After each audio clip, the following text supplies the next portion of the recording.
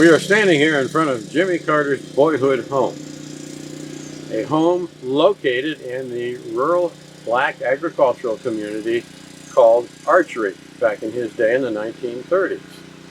He describes his life in this farming area in his rural memoir entitled An Hour Before Daylight. He talks of the rigors of farm life in those days when the hard work was done not with a tractor, not with mechanized equipment, but with a team of horses or mules.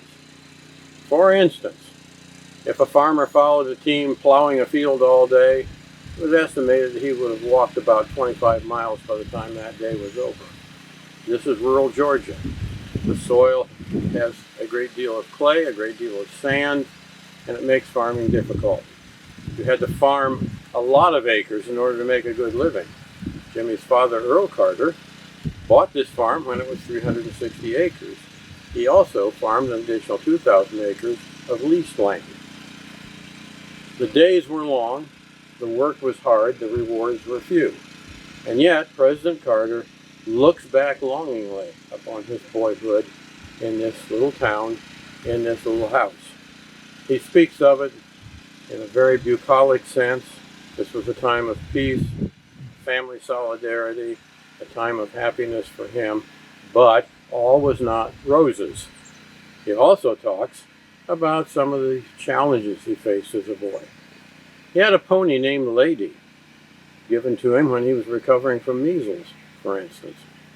Now, Earl Carter, Jimmy's father, was very supportive, and was certainly a loving father, but he was a rather stern man. And he insisted, during those dark days of the Great Depression, that everything on the farm had to either be eaten or somehow could raise a profit. Didn't have much choice in the matter in those days. So what does Lady contribute? Well, every once in a while, Lady would have a colt, and the family could make some profit selling the colt. But whenever Jimmy failed to do his chores properly, or if he misbehaved, his father would say, "How long's it been since you've ridden Lady?" Jimmy Carter also writes lovingly about his hunting dogs, about the mules and the horses who shared his young life. But he also talks about the dark side of that period of time. The segregated Southern society that, as a small boy, he had very little suspicion about. Because his playmates out here in Archery were all black children. He grew up thinking they were equals. As far as he was concerned, everybody was equal. He didn't understand it wasn't that way once you walked the 2-mile railroad track into the little town of Plains. This becomes very evident one day in his poem, The Pasture Gate. It's included in one of his volumes entitled Always a Reckoning.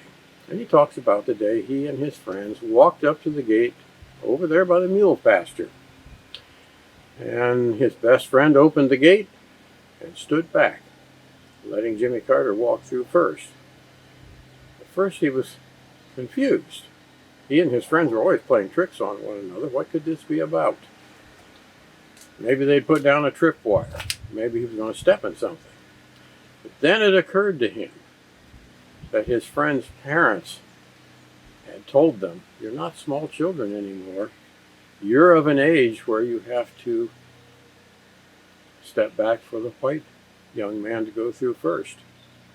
That hurt Jimmy Carter in a very deep level, and yet it was a defining point in his life.